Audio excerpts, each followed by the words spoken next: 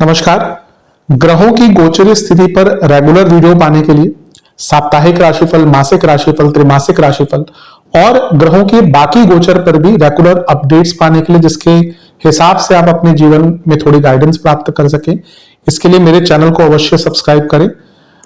जिन लोगों ने सब्सक्राइब कर रखा है वो ऑल ये जो नोटिफिकेशन सेटिंग होती है इसको क्लिक करें, क्योंकि कभी कभी कुछ लोग बोलते हैं उनको नोटिफिकेशन नहीं मिलती। आशा करता हूं चैनल को सब्सक्राइब करेंगे और रेगुलर वीडियोस अवश्य आप देखेंगे। नमस्कार। ओम गणेशाय नमः। ओम नमः शिवाय। मैं निखिल ज्योतिष आचार्य आप सभी का मेरे चैनल पर पुनः स्वागत करता हूं। आशा करता हूं कि आप सभी स्वस्थ होंगे। महादेव की कृपा आप सभी पर सदैव बनी रहे। ये वीडियो मीन यानी कि पाइसेस के लिए बहुत विशेष है, क्योंकि यह वीडियो है 15 से 21 जून 2026 के साप्ताहिक राशिफल के बारे में। कैसा रहेगा आने वाला सप्ताह मीन के लिए, पाइसेस के लिए। जो मेरा साप्ताहिक राशिफल होता है वो प्रमुखतः चंद्रमा और उनकी गति पे आधारित होता है। चंद्रमा एक बहुत ही विशेष ग्रह है, चंद्रमा की विशेषताएं बहुत हैं, लेकिन जब हम साप्ताहिक राशिफल के संदर्भ में संबंध में बात करते हैं तो पहला तो उनकी तेज गति, फिर उनका मन का कारक होना और फिर उनकी क्वालिटी, कि वह जिस भी भाव, राशि, ग्रह आदि के साथ संबंध संपर्क साधते हैं अपने गोचर में, उनको बहुत ही एक्टिवेट कर देते हैं। इन सभी कारणों से चंद्रमा का जो गोचर होता है वो अत्यंत विशेष बन जाता है। चंद्रमा के गोचर के कारण हमारे मन, मस्तिष्क, विचार, स्वभाव, सोचने के तौर तरीके, दृष्टिकोण, हर चीज पर डायरेक्ट इम्पैक्ट पड़ता है। इसको समझने के लिए साप्ताहिक राशिफल बहुत विशेष होता है। इस अंधकारमय जीवन में ज्योतिष एक मात्र विद्या है जो हमें थोड़ा सहारा देती है, गाइड करती है। भले ही राशिफल बहुत ही सामान्य आधार पर दिए जाए, लेकिन एक जनरल गाइडेंस के लिए बहुत उपयोगी होते हैं। यदि आपकी लग्न राशि या चंद्र राशि मीन है, पाइसेस है, दोनों ही देख सकते हैं गाइडेंस के लिए। जहां से सूट और रिलेट ज्यादा करता है वहां से देखिए। व्यक्तिगत तौर पे मेरा मानना है लग्न से देखेंगे तो अच्छा है। इनकेस नहीं पता है आपको अपनी लग्न राशि, तो आप अपनी चंद्र राशि से भी इसको देख सकते हैं। शुरू करते हैं इस अत्यंत महत्वपूर्ण राशिफल का। चंद्रमा आपके चौथे भाव में आ जाएंगे। ये होगा 15 जून को सुबह 9 बजे और 17 जून सुबह के 10 बजे तक चंद्रमा यहीं पर रहेंगे। इसी दिन सूर्य का गोचर भी हो जाएगा और वो भी आपके चौथे घर में प्रवेश करेंगे। चौथे घर के चंद्रमा, देखिए यूं तो मैं हमेशा क्या कहता हूँ, कारक भावनाशय दोष लगता है। अब यहाँ पे आपके लिए क्या है कि चंद्रमा एक तो आपके पंचमेश है तो राजयोग बनाते हैं, ऊपर से यहाँ पे चौथे घर के स्वामी के साथ है। हाँ, कारको भावनाशय दोष रहेगा, लेकिन क्योंकि वो राजयोग भी बना रहे हैं तो उतना खतरनाक नहीं रहेगा। लेकिन क्योंकि अमावस्या दोष भी साथ में बन गया जो कंटिन्यू हुआ है यहाँ से, तो इसका थोड़ा नेगेटिव इम्पैक्ट आ सकता है, करेंगे उसकी चर्चा। चंद्रमा लक्ष्मी भाव के स्वामी है और चौथे घर के स्वामी के साथ चौथे भाव में है। घर में पैसा आता दिख रहा है। चंद्रमा हमेशा मैं क्या कहता हूँ, एक्टिवेट करते हैं चीज़ों को। चौथे भाव के स्वामी के साथ है तो प्रॉपर्टी संबंधित कुछ काम जो आपके अटक रहे थे वो पूर्ण होते हुए दिख रहे हैं। छठे घर के स्वामी सूर्य भी हैं, तो कोई लीगल काम, कोई लिखा पढ़ी के काम आपके अटक रहे थे प्रॉपर्टी के, तो वो पूर्ण हो सकते हैं। और यहाँ पर राहु का प्रभाव भी है 12वें घर से। कोई प्रॉपर्टी बेचना चाहते हैं, विदेश में रहते हैं, कोई प्रॉपर्टी लेना चाहते हैं, उसका भी योग है। ये सारे ग्रह संयुक्त रूप से 10वें घर को देख रहे हैं। केतु का प्रभाव भी है 10वें घर पर और शनि का प्रभाव भी है, यानी कि आप बहुत एक्टिव रहेंगे, आपके कई काम पूर्ण होंगे। सबसे ज्यादा बात है कि आपके एक्टिवेशन के कारण, आपके दृढ़ता के कारण आपका जीवन यहाँ पर एकदम सुचारू रूप से आगे बढ़ेगा। हो सकता है पिछले कुछ टाइम से कार्य अटक रहे हो, आप जो करना चाह रहे हो वो नहीं हो पा रहा हो, तो वो कार्य यहाँ पर पूर्ण होता हुआ दिख रहा है। बस ध्यान ये दीजिएगा कि चौथा भाव कारको भाव होना चाहिए, अमावस्या दोष और राहु का प्रभाव, ये प्रैक्टिकली बहुत अच्छा टाइम है। लेकिन इन सब दोषों के कारण मनोभाव व्यथित रह सकता है, परेशान रह सकता है।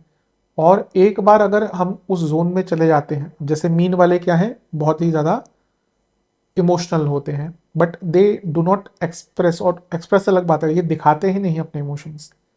दे लाइक टू, मैं कई बार इस चीज को बताता हूँ, 4, 8, 12 ये जल तत्व की राशियां, लग्न बहुत इमोशनल होते हैं। ये इनके चेहरे पे आपको दिख जाता है। ये फिर भी थोड़ा छुपाते हैं लेकिन फिर बता देते हैं, ये बताते ही नहीं है। बहुत रेयरली होगा कि आपने मीन वाले व्यक्ति के रियल इमोशंस देखे होंगे। तो ये ऐसा ही टाइम है जहाँ पे भावनाएं थोड़ी ज़्यादा जागरूक हो सकती हैं।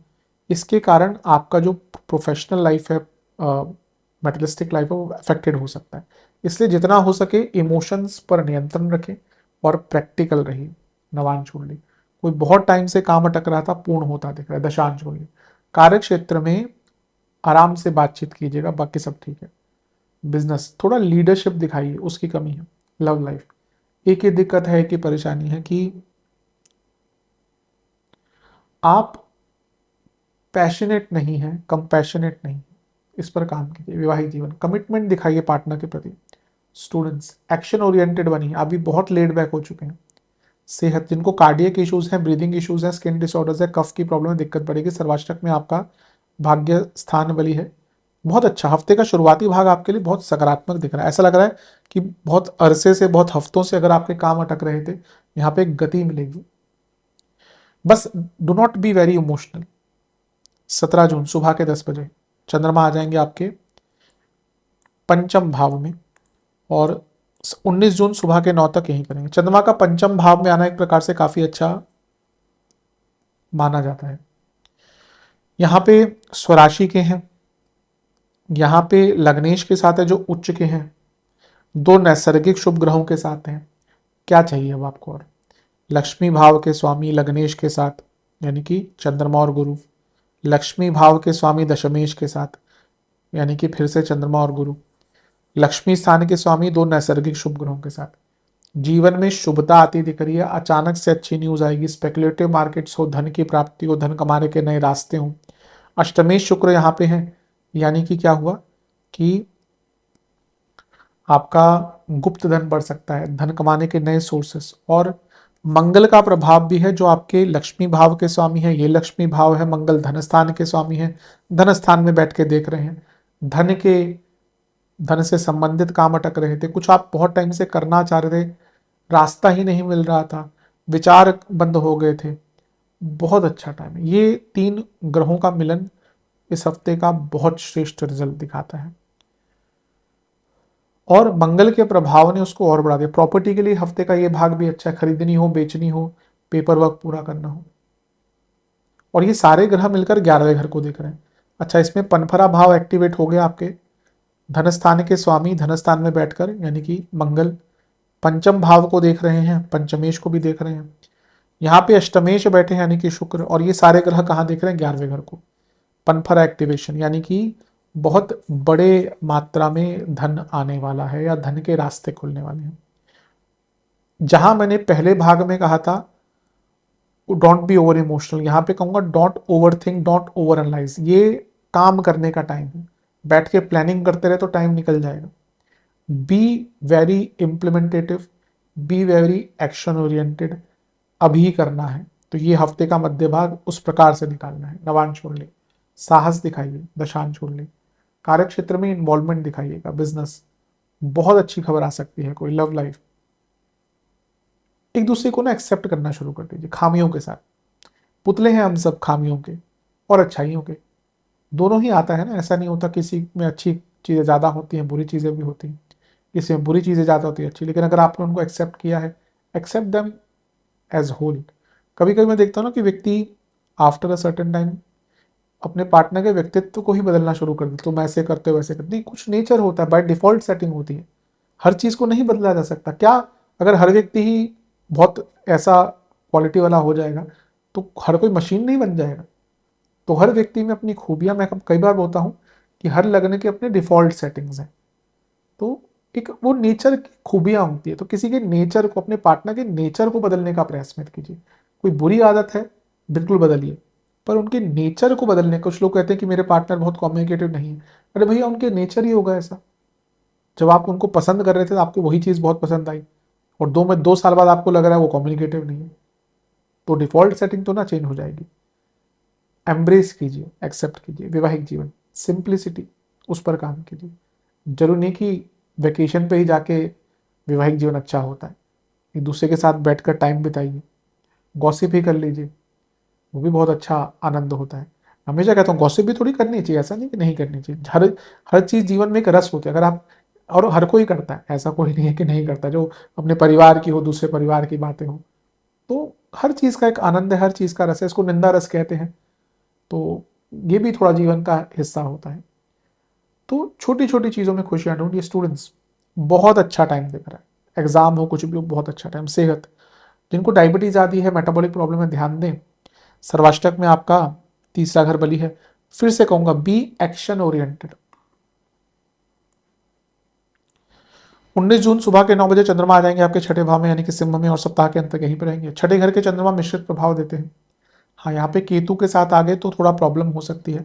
व्यर्थ की चिंताएं थोड़ी बढ़ेंगी, ज़्यादा घबराएंगे, पुरानी बातों को सोचेंगे। लेकिन कभी कभी केतु के साथ चंद्रमा व्यक्ति को उस सोच की डगर पर निकाल देते हैं जहाँ पर वो बहुत चीज़ें इमेजिन और प्लान कर सकता है, अपनी गलतियों को समझ सकता है, उनको सुधार सकता है, एनालाइज कर सकता है। तो ये एक अच्छा तरीका भी है। बस थोड़ा इंजरी आदि का डर रहेगा, व्यर्थ की चिंताएं रहेंगी। लोगों से उलझिएगा मत, लोगों को अपने मूड को खराब ना करने दें और अपने काम पे ध्यान दें, नवान लिए। जीवन में थोड़ा लाइट रहिए। तो कई बार होता है ना कि कभी कभी बहुत एम्बिशियस होना भी जीवन को खराब कर देता है। अब देखिए, अगर किसी के पास बहुत ही पैसा है और वो उसी के पीछे भागते हैं। अभी एक रिसेंटली, मैं उनका नाम भूल रहा हूँ, बहुत बड़े बिजनेसमैन है, उनका इंटरव्यू देखा तो उनके बेटे की मृत्यु हो गई। तो फिर असहाय महसूस करता है ना व्यक्ति। तो अपने जीवन में इतना भी स्ट्रिक्ट नहीं होना चाहिए था, होना चाहिए कि आप अपने जीवन को एंजॉय ही करना भूल जाए। कहते ना, at end of the day everyone will die.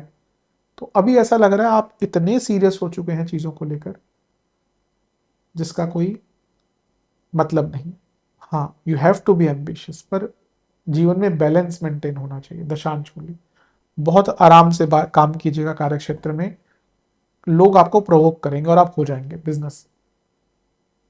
यहाँ पे कोई रिस्क नहीं लेना, चलने दीजिए काम को। लव लाइफ, मैं फिर से कहूंगा, be very passionate in your relationship. क्योंकि रिलेशनशिप में अगर पैशन नहीं है, and it's not only physical, intimacy her level की होती है, इमोशनल होती है, इंटेलेक्चुअल होती है। हर स्तर पर काम कीजिए। फिजिकल इंटीमेसी तो कहाँ तक चलती है? आज वही प्रॉब्लम है कि उसी को इतना महत्व दिया जाता है कि वो चीज़ नहीं। फिजिकल, अगर आपका relationship, married life physical intimacy उसका आधार है तो आगे चलकर प्रॉब्लम आती है। और इसीलिए आजकल रिलेशनशिप में प्रॉब्लम आते हैं, क्योंकि यहाँ पे आकर्षण, जो शारीरिक आकर्षण है, उस पर आधारित चीज़ें स्टार्ट होती हैं और उसका आकर्षण बहुत टाइम नहीं चलता। इसलिए मैं हमेशा कहता हूँ लोगों को, जो शादी भी करना चाहते हैं, जो रिलेशनशिप में जल्दबाजी में मत आइए, जल्दबाजी में मत आइए। उस व्यक्ति को अपनी, और आजकल ये भी ट्रेंड चल गया कि टू मैनी रिलेशनशिप्स, डेटिंग। हर व्यक्ति के साथ अगर आप जुड़ते हैं ना, किसी भी रूप से हो, शारीरिक हो, मानसिक हो, इंटेलेक्चुअल हो, आप उसके जीवन का पार्ट बन जाते हैं। वो आपके जीवन का पार्ट बन जाता है। आजकल डेटिंग वगैरह बहुत पॉपुलर हो चुके हैं। आप लोग हफ्तों में कितने लोगों से डेट करते हैं? It will eventually hurt your mental and spiritual health. तो ऐसे व्यक्ति को ढूंढिए अगर रिलेशनशिप में आप ढूंढ रहे हैं, और अगर हैं तो उनसे इंटेलेक्चुअल कनेक्शन बनाइए, स्पिरिचुअल कनेक्शन बनाइए, जो बनाना बहुत आसानी है। फिजिकल ग्रेटिफिकेशन बहुत ईजी है आज की डेट में, ये मुश्किल है। यहीं पे आज कहीं ना कहीं दिक्कत लोगों को आ रही है। वैवाहिक जीवन, जो मैंने अभी कुछ टाइम पहले रिलेशनशिप की बात कही थी, एक्सेप्टेंस। आपके लाइफ पार्टनर जैसे हैं उनको एक्सेप्ट कीजिए। जो बुरी आदतें हैं उनको बदलने की कोशिश कीजिए, बट उसके लिए जो उनकी अच्छी चीज़ें हैं उनको नज़रअंदाज मत कीजिए। स्टूडेंट्स, आपके लिए पूरा ही हफ्ता बहुत अच्छा है, बहुत अच्छा हफ्ता है। बस थोड़े एक्शन ओरिएंटेड रहिएगा। सेहत, एंजाइटी, एसिडिटी, पेट की प्रॉब्लम, सर्वाष्टक, तीसरा घर ही बली है। पूरा हफ्ता be on your toes, active जितना रहेंगे ना, इतने काम आपके इस हफ्ते हो जाएंगे कि आप खुद अचंभित हो जाएंगे। कुछ विशेष टिप्पणियां, जो नहीं कर पाए उसको लेकर गिल्ट मत रखिए। ऐसा लग रहा है कि ना आप कई चीज़ों को लेकर अपने मन में गिल्ट डाल के बैठे हैं, ऐसा नहीं हुआ, ऐसा नहीं हुआ। हर चीज़ें हमारे हाथ में है ही नहीं। अपनी इच्छाओं को ध्यान दीजिए, उन पर ध्यान दीजिए, और अपनी इच्छाओं को पूर्ण करने का, आउट ऑफ योर करियर, मतलब कि सिर्फ करियर नहीं, ऐसा नहीं, बाकी भी आपकी जो इच्छाएं उन पर ध्यान दीजिए। और सबसे महत्वपूर्ण चीज़ यह है कि अपने जीवन में फ्रीडम लाइए। आप जितना हो सके ना अपने आप को थोड़ा सा, या कहिए उन लोगों के साथ टाइम बिताना शुरू कर दें जो आपको अच्छा फील करवाते हैं। शुभ अंक है आपका 1 एंड 9। शुभ रंग है आपका grey, white, black and green. उपाय के स्वरूप में महादेव का कच्चे दूध से अभिषेक करें, मिष्ठान का भोग लगाएं, आरती कीजिए और ओम महारुद्राय नमः मंत्र का 21 बार जाप कीजिए। आशा करता हूँ वीडियो काम आएगी। चैनल पर नहीं है सब्सक्राइब कीजिए, वीडियो को लाइक कीजिए। मिलता हूँ अगली वीडियो में, तब तक के लिए ओम नमः शिवाय।